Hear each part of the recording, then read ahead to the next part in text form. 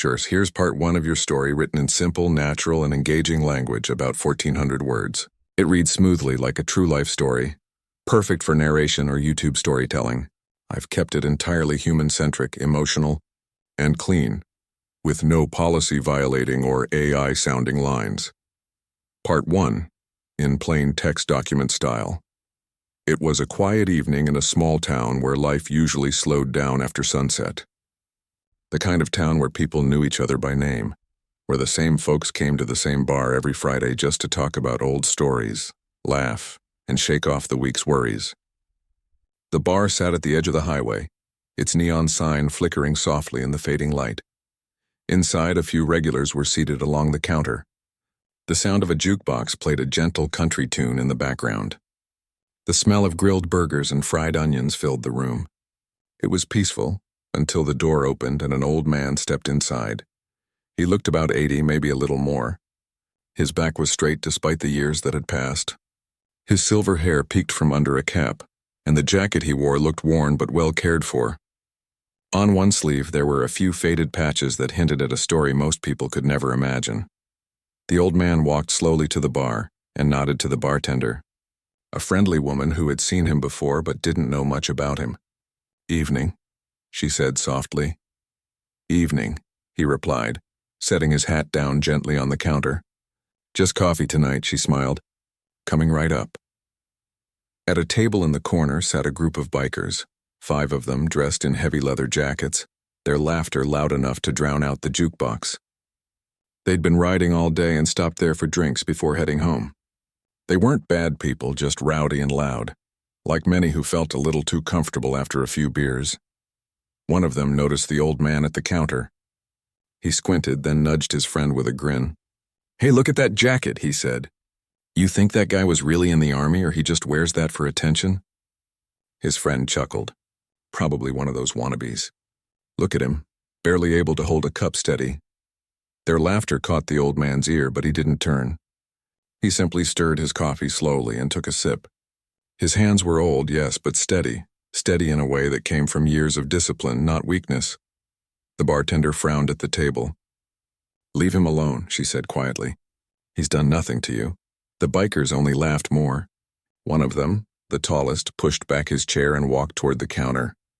"Hey, old-timer," he said loudly, his voice cutting through the quiet. "Where'd you get that jacket? A thrift store?" The old man looked up, calm as a still pond. "No," he said, his tone soft but sure. "I earned it." That answer only made the biker smirk. "Earned it, huh?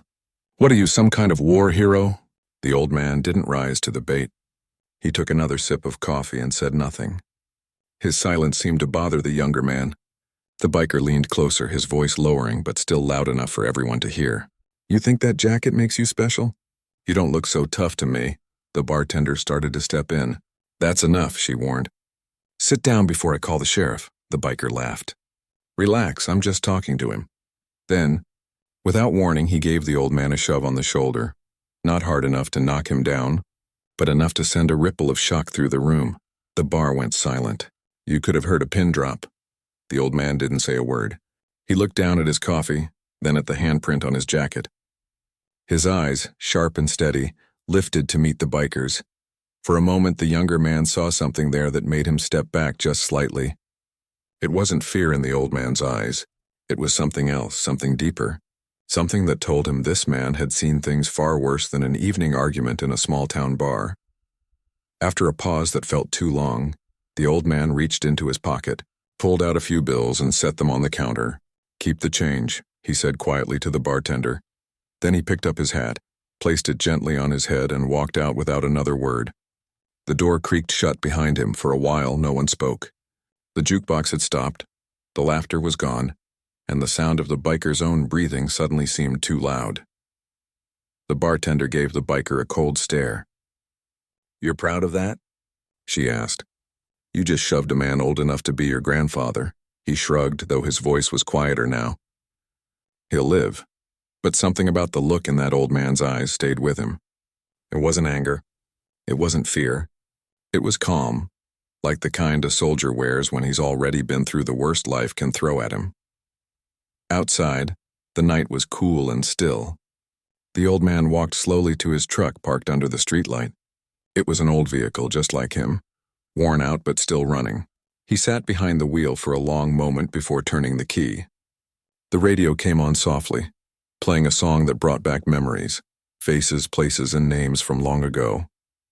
He drove down the quiet road, passing fields and trees until the lights of the town faded behind him. After about 10 minutes, he turned onto a narrow gravel path that led to a small cabin tucked behind a line of pines. The cabin looked simple, but inside it was filled with history. On the wall hung pictures of young men in uniform, smiling despite the dust and the danger in their eyes. There were medals too, and framed letters, and a folded flag that he kept on a shelf with the utmost care. He set his hat down and sat in his old armchair, the one by the window. For a long time he didn't move. The sound of crickets filled the quiet. Then slowly, he leaned forward and opened a small wooden box on the table. Inside was an old military radio, one that hadn't been used in years. He ran a hand over it gently, like someone touching an old friend. Then he switched it on. A small green light flickered to life. For a moment he hesitated. Then he pressed the button and spoke softly into the receiver. "Eagle 1, he said, his voice calm. "This is Greyhawk. Just checking in." There was static for a few seconds. Then a voice crackled back, older but familiar. "Greyhawk, that really you?" "It's been years." "Yeah," the old man said. "I'm still here." "You sound tired," the voice replied. "Everything all right?" The old man paused. "Had a rough night," he admitted. "Nothing serious, just people forgetting what respect looks like." The other man chuckled quietly. "Happens more than it should." There was silence for a while. Then the old man said, "You still keep the bird flying?" "Sometimes," the voice answered. "For special occasions," the old man nodded slowly. Understood. He didn't ask for help. He didn't need revenge. He just wanted to hear a familiar voice, to remind himself that the brotherhood he once knew was still alive somewhere out there. He turned off the radio and leaned back in his chair. Outside, the moonlight touched the tops of the trees. He could almost hear the sound of rotors in the distance, a memory so strong it felt real. Back at the bar, the bartender quietly cleaned the counter. The bikers sat in silence now, their laughter gone. The one who had shoved the old man stared into his drink, uneasy. After a while, a man from another table spoke up. "You know who that was, right?" The biker looked up. "What do you mean?" "That was Harlan," the man said. "He flew Blackhawks in the service, saved people during missions overseas. Whole units owe their lives to him. Folks around here don't talk much about it, but everyone knows." The biker blinked, his expression changing. "That old man?" "Yeah," the man replied quietly. "That old man." The weight of the words hung heavy in the air. Suddenly, the biker didn't feel proud anymore. He stared at the door where the veteran had walked out, a strange feeling settling in his chest. Outside, the town slept as usual. But somewhere not far away, the quiet night was about to change. For now, the old man sat alone in his cabin, his eyes on the horizon, as if he knew the night wasn't over yet. "Would you like me to continue with part 2, same length and tone next, where the coded signal brings unexpected visitors and the town begins to stir?" "Sure. Here's part 2 of your story, written in simple, natural, and human tone, about 1,400 words. It continues seamlessly from where part 1 ended, keeping the storytelling emotional, cinematic, and engaging. Perfect for narration or YouTube-style delivery. Part 2, in plain text document style. Morning came slow in the little town. The streets were quiet, the bar's neon sign finally turned off, and the sun climbed lazily over the roofs. Most people had already forgotten about what happened the night before. But the bartender hadn't. She kept replaying the scene in her mind. The way that old man had stood so calm while being pushed. How he had walked out without saying a single angry word. She picked up the phone and called her friend, an old mechanic who lived near the edge of town. "You know that old guy, Harlan?" she asked. The mechanic chuckled. "Know him?" "Everyone knows him." "Why?" She hesitated. "Something happened at the bar last night. Some bikers got too loud and one of them shoved him." The line went quiet for a moment. Then the man's voice dropped low. "He shoved Harlan?" "Yeah," she said softly. "He didn't fight back, just walked out. But it didn't sit right with me." There was a pause. "You did the right thing telling me," the mechanic said. "That man deserves respect. not trouble. He hung up and called another friend, a former soldier who sometimes visited Harlan to check on him. Within an hour, word had spread through town. People started talking. Some were angry. Some were just disappointed. Everyone agreed on one thing. No one should treat that man like that. Out at his cabin, Harlan was sitting on the porch, a mug of coffee in his hand. He looked peaceful, but his eyes carried something deeper. The night before had reminded him how much the world had changed. He wasn't angry, just thoughtful. He had seen disrespect before, but he had also seen kindness, bravery, and loyalty. Those were the things that mattered most to him. As he sat there, a small truck pulled into his driveway. Out stepped a younger man in his 40s wearing jeans and an old army sweatshirt. "Morning, sir," the man said. "Heard you had a rough night." Harlan smiled faintly. "You could say that." The man looked at him carefully. "You okay?" "I'm fine," Harlan said. "Just a little reminded of the old days." The man nodded. "Word's spreading.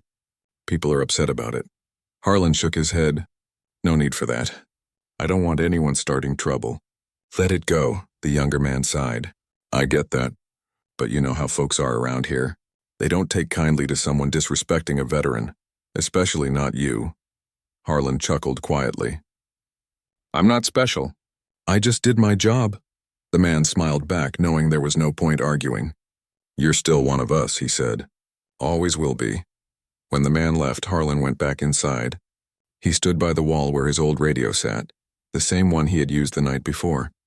He didn't plan to use it again, but something inside him told him to keep it close. The sun climbed higher. Meanwhile, at the bar, the bikers came back that afternoon to grab their bikes. The same one who had shoved Harlan looked uneasy. He hadn't slept much. His friends teased him, but he didn't laugh this time. Something about that old man's quiet stare had stuck in his mind. As they got ready to leave, the bartender stepped out and crossed her arms. "You boys planning to apologize?"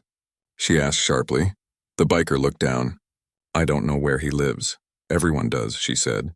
"He lives near the Pine Road, the cabin by the ridge." He nodded slowly. "Maybe I will." But before he could leave, a few townspeople showed up. A couple of men from the mechanic shop, one from the fire department, another from the local store. They weren't angry, but they weren't smiling either. "Son," one of them said, "you might want to fix what you broke last night." The biker swallowed hard and nodded again. "Yeah," he muttered. "I know." While that was happening, miles away on a nearby base, something else was stirring. The old radio message Harlan had sent, short and simple, had reached the ears of an old comrade named Lewis. He was now a pilot instructor, still connected with a few of the same people who had served with Harlan years ago. When the message had come through, he had recognized the voice instantly. "That can't be," he said to himself, staring at the code line. "Greyhawk?" He called up another retired officer. "You hear that signal?" "Yeah," the man replied. "It's old protocol. Only the original unit still knows it." Lewis leaned back in his chair. "He must have had a reason to use it." "What do you think happened?" "Don't know," Lewis said. "But if he sent it, it means something's not right." He looked out the hangar window at the parked Black Hawk helicopter resting on the tarmac. His thoughts drifted back to the days when Harlan had flown missions that no one talked about publicly. Missions where he'd saved not just soldiers but civilians too. Lewis picked up his phone and made a few calls. Within an hour, a small group of veterans now in different walks of life were talking in a private chat, sharing the same question. Why had Harlan called? Back in town, the afternoon rolled on. The wind picked up, carrying the scent of pine and dust. A few people stopped by the bar just to talk about the night before. Someone had uploaded a short video clip of the incident to social media. It showed the old man being shoved, the silence that followed, and his quiet exit. By evening, the clip had been shared hundreds of times. Comments poured in from people who didn't even live in the town. Some were angry. Some were sad.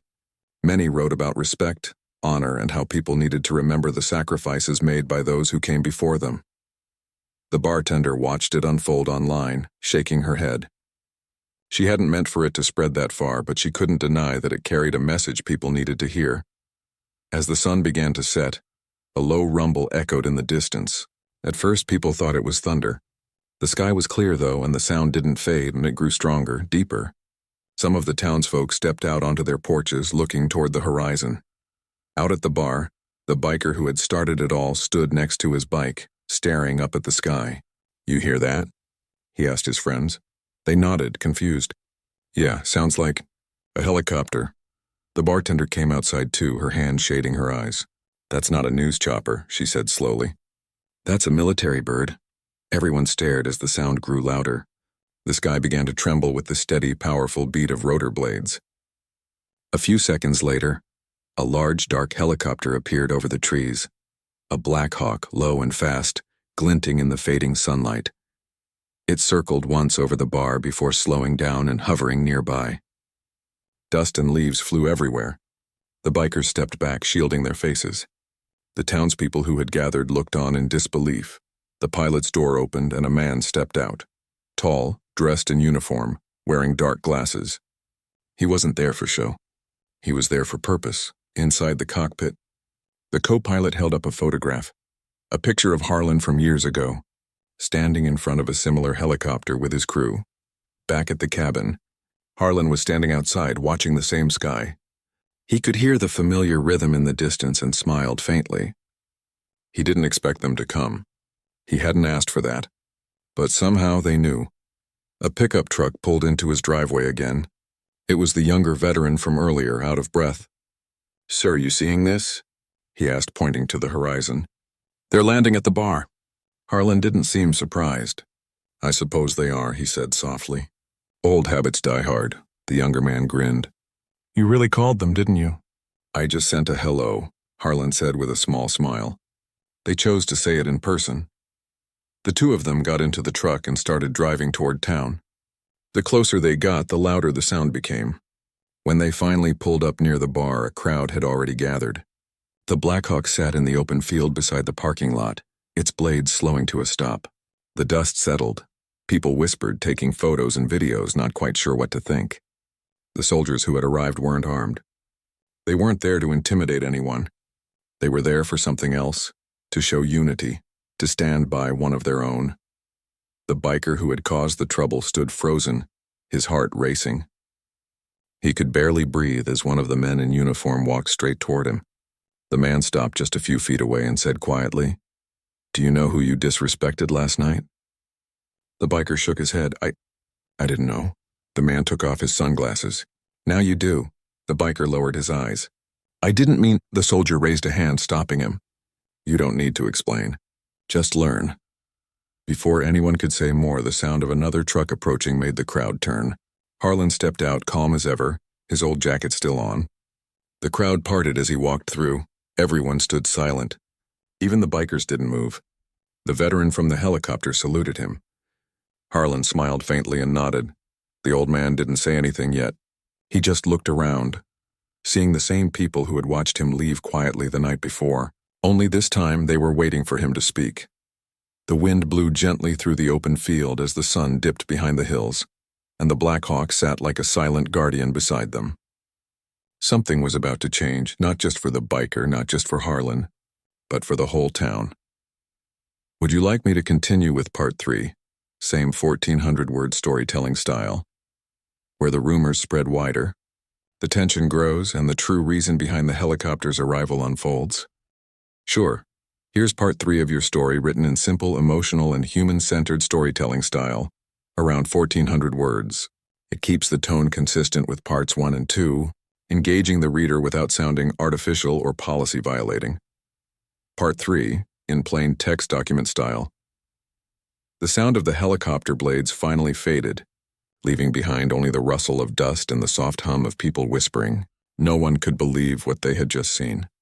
It wasn't every day that a military helicopter landed beside a small-town bar.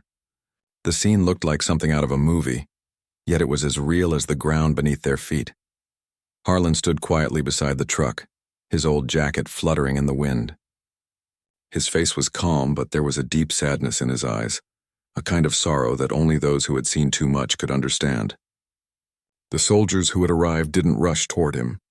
They simply stood at attention, letting the silence speak for itself. The crowd that had gathered began to murmur again. Phones were lifted, pictures were taken, and within minutes those images were making their way across social media. At first people thought it was some kind of memorial or reunion, but when someone posted a video clip from the night before, the moment when the biker shoved Harlan, the story took on a life of its own. By the time the sun fully disappeared, hundreds of comments had flooded in. Some called it justice, others called it karma. But to Harlan it wasn't about revenge or making a scene. He never wanted any of this. He had only sent that old signal out of habit, not to bring soldiers to his doorstep. The biker who had caused the whole mess stood off to the side, his head down. His friends had already backed away, leaving him alone in the middle of the crowd. He looked lost, not knowing what to say or do.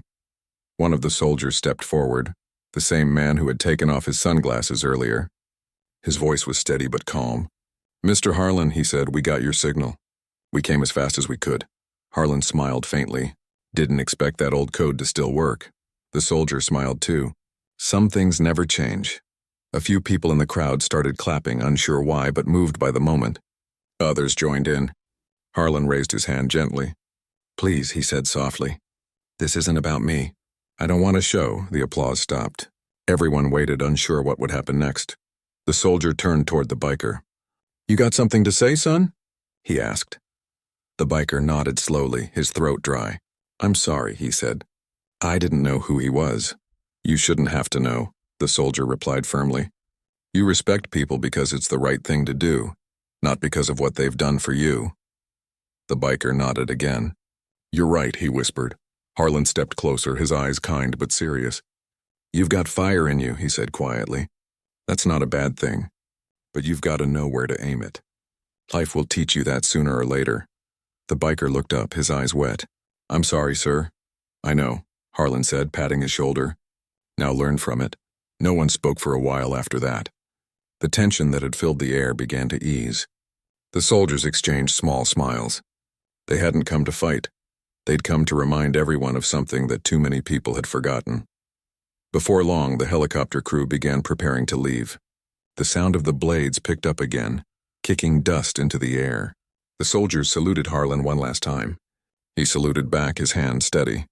The crowd watched as the Black Hawk lifted off the ground, rising gracefully into the evening sky before disappearing beyond the trees. As the sound faded, the crowd slowly began to break apart. Some people approached Harlan to shake his hand. Others simply nodded in quiet respect. The bartender came forward too. "You okay?" she asked softly. Harlan gave a tired smile. "I'll be fine. Been through worse," she nodded. "You handled that with more grace than anyone I've ever seen." "Grace is cheaper than anger," he said. "Costs less too," she smiled faintly. "The world could use more people like you," he chuckled. "The world's got enough. Just needs to listen more." When the crowd thinned out, the biker was still there, leaning against his motorcycle. He didn't look ready to leave. Harlan noticed and walked over. "You've got a good group of friends," Harlan said. "Try to keep them pointed in the right direction." The biker nodded. "Yes, sir." "You ride safe now," Harlan said, turning to leave.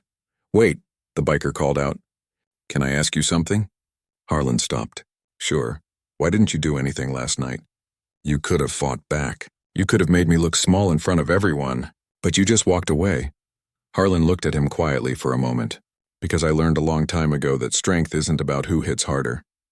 It's about who walks away when his pride tells him not to." The biker didn't know what to say. He just nodded, his throat tight. As Harlan walked back to his truck, the night air grew still again. The lights from the bar glowed softly behind him, and somewhere in the distance a dog barked once before everything fell silent. Later that night, the bar was almost empty. The bartender cleaned glasses behind the counter when two men walked in. They weren't locals. Both wore civilian clothes but carried themselves like soldiers. They sat down quietly and ordered coffee. "You hear about Harlan?" she asked. They exchanged glances. "Yeah," one said. "We served under him years ago." "Heard what happened?" She poured their coffee. "You missed quite a night," they nodded. "We saw the video." The other man looked out the window. "He always was the calm one," he said. "Even under fire. You think he's okay?" she asked. "He's Harlan," the man said. "He'll always be okay. But that doesn't mean it doesn't hurt." Meanwhile, out at the cabin, Harlan sat by the window again, the radio still on the table beside him. The message light blinked once, a sign that someone had sent a reply. He pressed the button and a familiar voice filled the room. "Greyhawk," the voice said. "This is Eagle One. Good to see you still breathing, old friend." Harlan smiled faintly. "Still flapping my wings," the voice laughed softly. "You caused quite a stir tonight. The boys haven't stopped talking about it." "I didn't mean to," Harlan said. "Didn't want attention." "We know," the voice replied. "But sometimes the world needs reminders. And tonight you reminded a lot of people what respect looks like." Harlan leaned back in his chair. "I just wanted a cup of coffee." "Yeah," the voice said. "And you ended up starting a movement." Harlan chuckled softly. "Wasn't my plan." "It never was," the voice replied. "But that's how you've always been." The radio clicked off and Harlan stared out the window again. The moon hung high, bright and silent.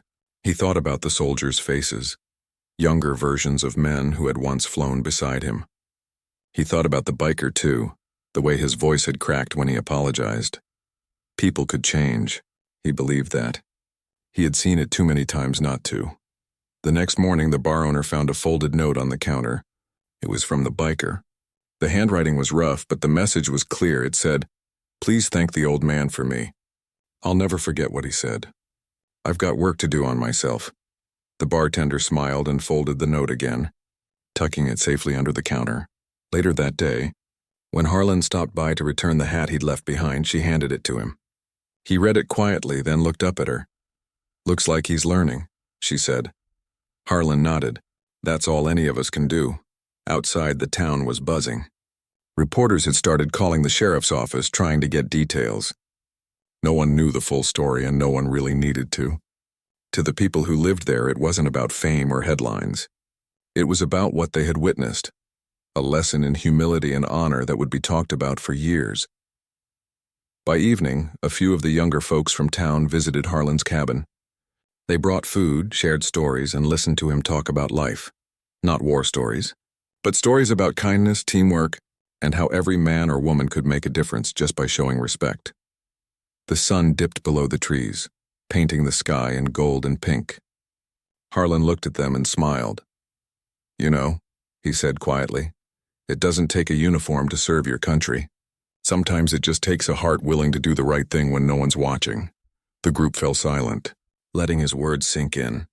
As night came again, the sound of the wind moved softly through the pines. Somewhere far away, the faint hum of another helicopter passed through the sky, reminding Harlan of the brothers and sisters still out there, flying under the same sky he once did. He smiled to himself and whispered, "Still watching over me, huh?" And in that quiet, he knew the bond they shared, the one built through years of trust, courage, and loyalty, would never fade. Would you like me to write? Part 4 in the same tone and about 1,400 words, where the helicopter's visit begins to inspire the town and the biker tries to make things right. The night air was still, but something about it felt heavier than usual. The wind carried a low hum that no one could quite place at first. Inside the bar, the laughter that had once filled the room had faded into uneasy silence. The bikers who had once sat so confidently at their table were now restless.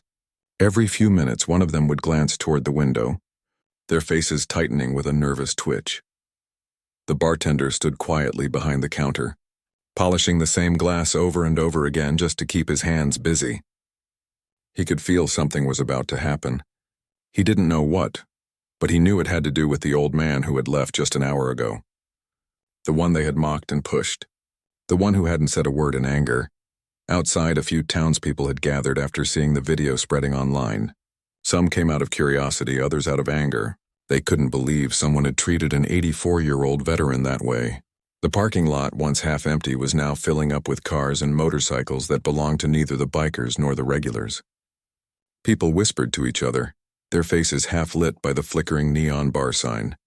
Then the sound came again, faint at first, but growing louder. It wasn't a car. It wasn't a truck.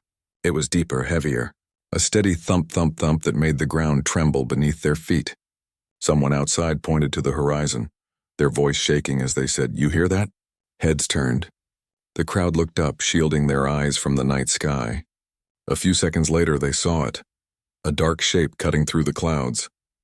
The whirring grew louder until the sound seemed to fill the whole sky. Dust began to swirl, trees bent, and the neon lights on the bar flickered wildly. It was a helicopter, not just any helicopter, but a Black Hawk. The powerful machine hovered for a moment over the field across the road before slowly descending. The crowd stepped back as the wind from the blades kicked up gravel and dust. Car alarms went off. A child in the distance covered his ears. Inside the bar, one of the bikers stood up suddenly, panic flashing across his face. "What the hell is that?" he shouted, his voice trembling. No one answered. The bartender dropped the glass he'd been holding, and it shattered on the floor. Everyone could feel the vibration through the floorboards. The Black Hawk touched down, its rotors slicing through the air like thunder. The side door opened and several figures stepped out, men and women in dark uniforms, not carrying weapons but standing tall with the kind of posture that only comes from years of service. The leader of the group was a man in his late 40s. His uniform was clean, his expression calm but firm. His eyes scanned the bar, then the crowd. Without a word, he started walking toward the entrance. The sound of his boots on the pavement was slow and steady, but every step felt heavy with meaning. The townspeople moved aside instinctively, giving him room. The bikers inside watched through the windows, frozen. When he pushed the door open, the bar went completely silent. He walked straight in, his voice calm but full of command. "Where's the man who laid hands on a veteran tonight?" No one moved. The room was tense enough to cut through. The bartender looked toward the group of bikers, his face pale. Rick, the biker who had shoved the old man earlier, tried to stand up straight, pretending to be unbothered, but his hands were shaking slightly. "What's this about?" he asked, forcing a laugh that sounded nothing like confidence. The man in uniform didn't smile. "You know exactly what this is about," he said quietly. "That veteran you pushed? He's one of ours." A murmur went through the crowd. Rick blinked, not sure what to say. "Look, it was just a misunderstanding." "Misunderstanding?" The man's voice grew sharper, though he didn't raise it. "That man served his country before you were even born. He risked his life so you could sit here tonight and enjoy your freedom. You don't have to like him, but you will respect him." The air in the bar grew still. No one dared to speak. One of the bikers beside Rick looked down, guilt washing over his face. The others avoided eye contact altogether. Outside, the townspeople watched through the windows. Some began recording on their phones, though the soldiers ignored them completely. They weren't there for show.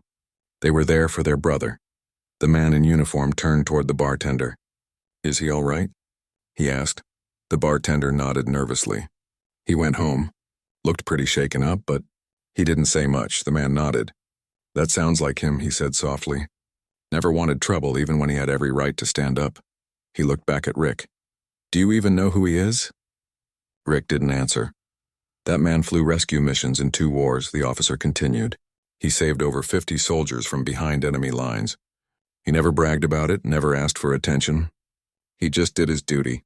And tonight, he walked into this bar, a place he used to come to after long shifts when he was half your age, and you shoved him for wearing the same jacket that kept your world safe."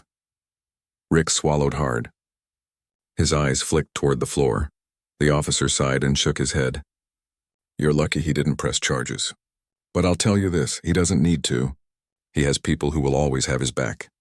Just then, the door opened again. Everyone turned. It was the old man, Harlan, standing in the doorway. His coat was zipped up, his hat pulled low. His eyes met the officer's first, and the man gave him a respectful nod. Harlan walked slowly toward the center of the room. The sound of his boots echoed softly on the wooden floor. The entire bar seemed to hold its breath. He looked around, his eyes calm and steady. When he spoke, his voice was low but strong. "No need for all this," he said quietly. "I'm fine." The officer shook his head. "Sir, we couldn't just let it go." "I appreciate that," Harlan said with a faint smile. "But I didn't send for anyone to fight. I sent for family." The officer nodded, understanding exactly what he meant. Harlan turned toward Rick. The biker couldn't meet his gaze. For a moment, neither of them said anything. Then Harlan spoke again, his voice firm but not angry. "Son, I've seen more years than you can imagine. I've watched men fall and rise again. I've seen bravery and foolishness in the same room. But respect, that's the one thing that never goes out of style." Rick finally looked up. His eyes were red. "I'm sorry," he muttered. Harlan nodded. "Good," he said. "That's all I needed to hear." The officer placed a hand on Harlan's shoulder. "You ready to go home, sir?" "Yeah," Harlan replied softly. "It's been a long day." He turned back to the bartender. "Coffee's on me next time." The bartender smiled faintly. "You got it, sir." As Harlan walked out, the crowd outside stepped aside again, silent in respect. The soldiers followed him, their boots moving in perfect rhythm. The helicopter's blades started spinning once more, stirring the air into a wild dance of dust and sound. People raised their phones, trying to capture the moment. But no camera could truly capture the feeling, the awe, the pride, the humility. Harlan climbed aboard with the help of one of his old squad mates. Before stepping in, he looked back at the bar. For a brief second, his eyes met Rick's through the window. He nodded once, then disappeared into the helicopter. The Black Hawk lifted off slowly, its lights cutting through the night. The crowd watched until it became a fading shadow against the stars. When the sound finally faded, everyone just stood there, not quite sure what to say. Inside, the bikers sat in silence. Rick ran a hand over his face, his voice trembling. "I didn't know," he whispered. The bartender walked over, set a glass of water on the table, and said quietly, "Now you do."